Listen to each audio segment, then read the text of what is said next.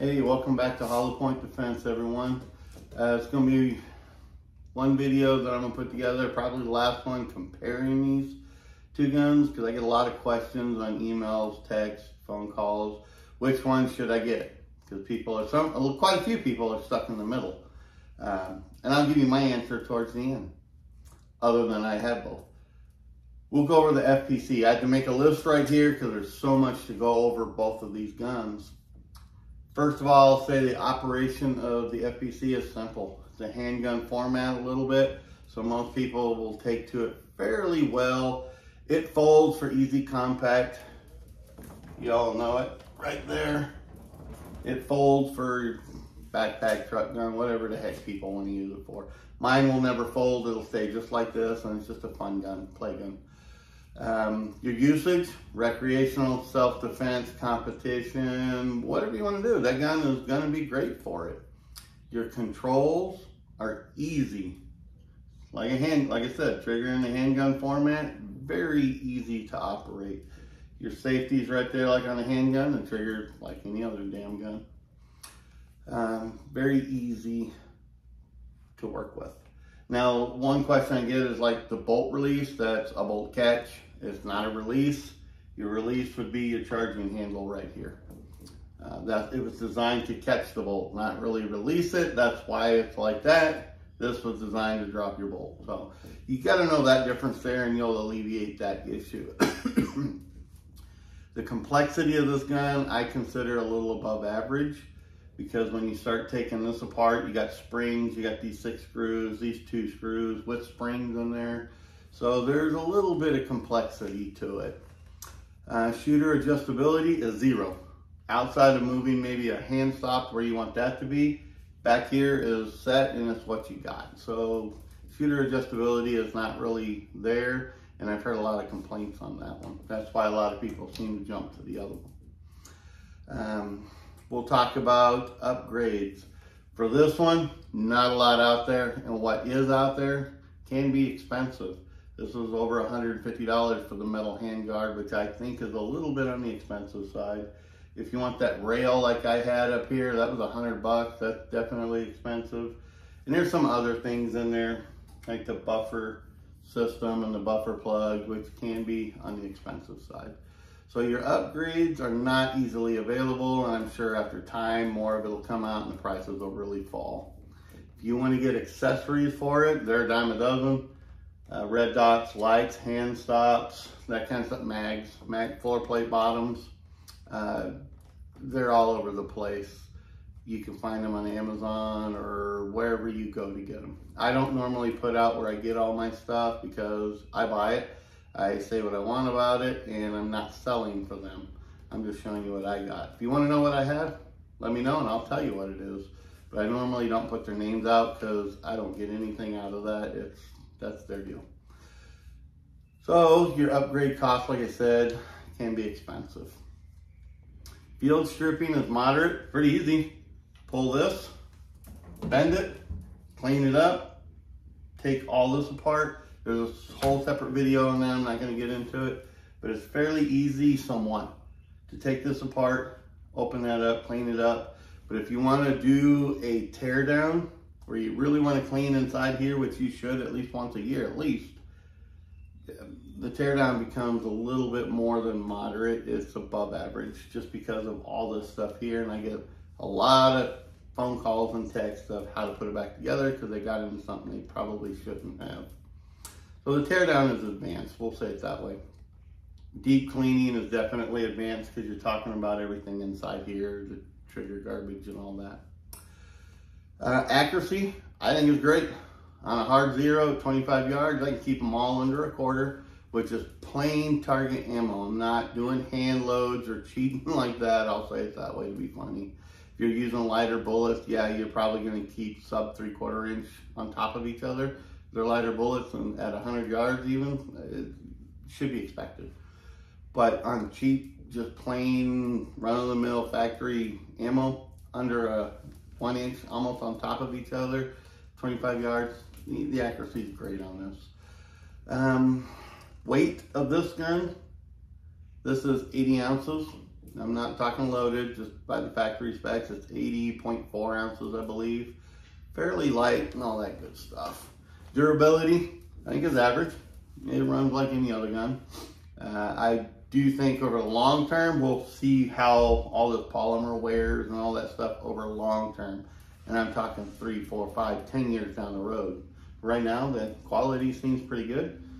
I know there's a lot of issues out there on Facebook, or I should say YouTube. I've gotten well over 120 some. I got 3 more messages overnight about issues with it. I will tell you this way, I'm gonna say 95% of them, if not more, are shooter induced. It's people taking them apart, not getting things in the right spot, trigger going forward versus staying cocked, different pins falling out of the bolt, stuff like that, springs being shot out, and parts for this are not real easy to get. So that's about where it stands with the FPC. Let's go over to my good old Response. I like this one too. The operation is really simple. Most people out there that are gun people have ARs or use them. If you can use an AR, you know this control system fairly well. Just like the FPC, if you know a handgun, you know that control system fairly well. I do like this one. Usage, again, is recreational, self-defense, competition is the same thing. It's easy. Controls are extremely easy. Trigger, of course, you got your safety right there. You got your charging handle here, your sights, your mag wells up here in the same place as an AR, that kind of stuff. So your controls are easy. Complexity of this one, I just call it average. Unlike this one, which is advanced, this one is average. I mean, if you can use an AR, you can use this one with no problem whatsoever. So I would say the complexity of it is average. Or this one, I should say the FPC is a little above average. Your shooter adjustability, this all adjusts right here to wherever you want it. And it's really good for that. Me personally, I like to set my gun in my elbow right there. And as long as I can do the trigger and all this safety stuff right here, that's about where I want to set for me. I don't want it all the way back. I don't want it all the way forward. I want it right there where I have control of everything with that hand. Excuse me. So that's one thing I like about the adjustability of this. It's got a little bit to it, more than the FPC by far, just because of that stock piece. Upgrades to this are easily available. If you want to go find AR, anybody that sells AR stuff will have a lot of your upgrades to this, to triggers, to your safeties, to your charging handles, to your sights, even the buttstock system, except for the recoil management. That's a little different. It's for a 9mm, but you'll figure that one out. But if you want to change this tube to colors like a lot of people do, you want to change this to whoever's you want. I'm actually very happy with this one, so I'm not going to waste the money.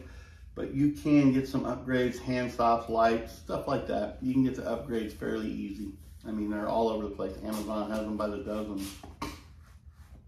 And when I talk about upgrades versus accessories, upgrades would be trigger, this and this. The charging handle, your safety, then your trigger. I would consider upgrades because you're going up to something. But accessories would be your light, even your iron sights or red dot, either or and or, hand stop, muzzle devices, quick disconnect systems that you add to it for slings. That stuff would be an accessory. Those are all over the place, very inexpensive. Like I said, you can go to Amazon or you can go to some of these overpriced gun shops and look there too as well. So you got an idea of what you can go for. The upgrade costs are inexpensive, too expensive, depending on what brands you want to buy. You know, you figure it out for yourself, see what your pocketbook allows you or what you want. Field stripping of this is fairly easy. Knock out 2 pins, this top will come out, the bolt will come out. I just did a video on that yesterday. You're virtually almost there. I mean, field stripping is very easy, a lot easier and a lot easier to clean than the FPC. Cleaning is really easy. Take out your bolt, wipe inside here, run the barrel. If you want to take all this out, I do, not every time, but maybe every 3 months, I'll take the recoil system out and clean it up inside the trigger there, that kind of stuff. There's a whole video on that one to the side. We'll save time. Tear down, I will say, is a little bit advanced, because if you want to take this trigger out to clean inside there, you really got to know about those springs and what you're doing with the safety and all that good stuff. So it's a little bit on the advanced side. If you want to take the bolt apart for the ejector or the extractor, the ejector, your firing pin, a little bit more on the advanced side. Not great, but it's a little bit more advanced, so you really got to pay attention to what you're doing. Deep cleaning is advanced, especially if you're taking them out the trigger, taking the bolt apart. You really want to be advanced knowledge on that one. Pay attention to what you're doing again. Deep cleaning, I just talked about that one, sorry. Accuracy is the same as this one. I put them both on a hard 0 and kept them all sub 1 inch at 25 yards with cheap Spear Lawman target ammo. Some of them I kept on top of each other, but all within a quarter size. Fairly good. I was happy with it for cheap ass ammo.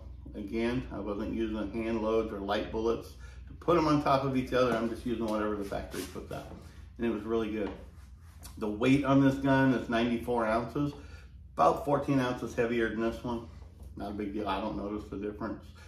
So there you go. Durability seems to be good to excellent. I know this has only been out about a month and a half maybe. I got it right when they released it, so maybe a month and a half. I've seen no problems with this like I am with the FPC. But in fairness, the FPC's been out for about 7 months, maybe 7, 8 months. And most of what I'm seeing, like I said, 95%, if not better, are shooter induced. They're operator issues for whatever reasons. I already said those. But I'm not seeing issues with this one yet, but it is new. So I do watch for this, and I do put these out because I want to know, because I try to go back and research them as much as I can as an armorer. So the long-term durability of this, it's new again. One thing I'm watching is I'm just watching the inside of this upper right here. I want to see what the long-term durability of this upper is, because there is no metal. I've been asked this 100 times. Is there a metal piece in there, like a wear piece or a ring or something to help it, the bolt not wear against the plastic? No, there's nothing. It is solid poly. So the long-term effect, I'm very curious to see how this works.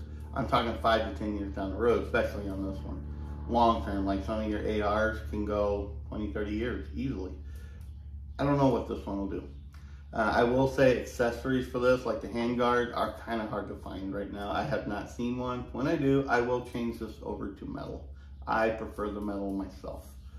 But other than that, there's your 2 guns right there. I mean, they're inexpensive. I think this one's like 580 bucks right now, and this one's $6.99, so about $120 more. Personally, this is where I want to get to. I get everybody asked, which one should I get? That depends on you. I'm not you. I don't know your budget. I don't know what you're going to do. But I just wanted to put these things out there for you to watch and look at. Me personally, if I only could have one of these, I'm going with the Response. I like the fact that it's an AR platform. Parts or upgrades for it are a little bit easier to find and cheaper. Where this one doesn't have it, it's fairly limited to where you can get them, and some of the places that you can get them, it's just expensive, and I just don't want that. I love both guns. I have fun with both of them. But me personally, like I said, if I only had the money for one, not both like I have, I would go with the Response. Hell, I should say. Down the road, I may end up selling this one off because I really like the Response better. But we don't know. We'll see. I've got 5 or 6 M&P 2.0s and 1.0s each. I haven't sold them off. I like them all. I use every one of them every now and then. Probably be the same with these, but right now my favorite is the Response. Pick whatever's best for you. Let me know what you think of between the 2 guns, if you have both or one or the other, and we'll go from there. Take care and have a good one. Be safe today. Bye. Poke.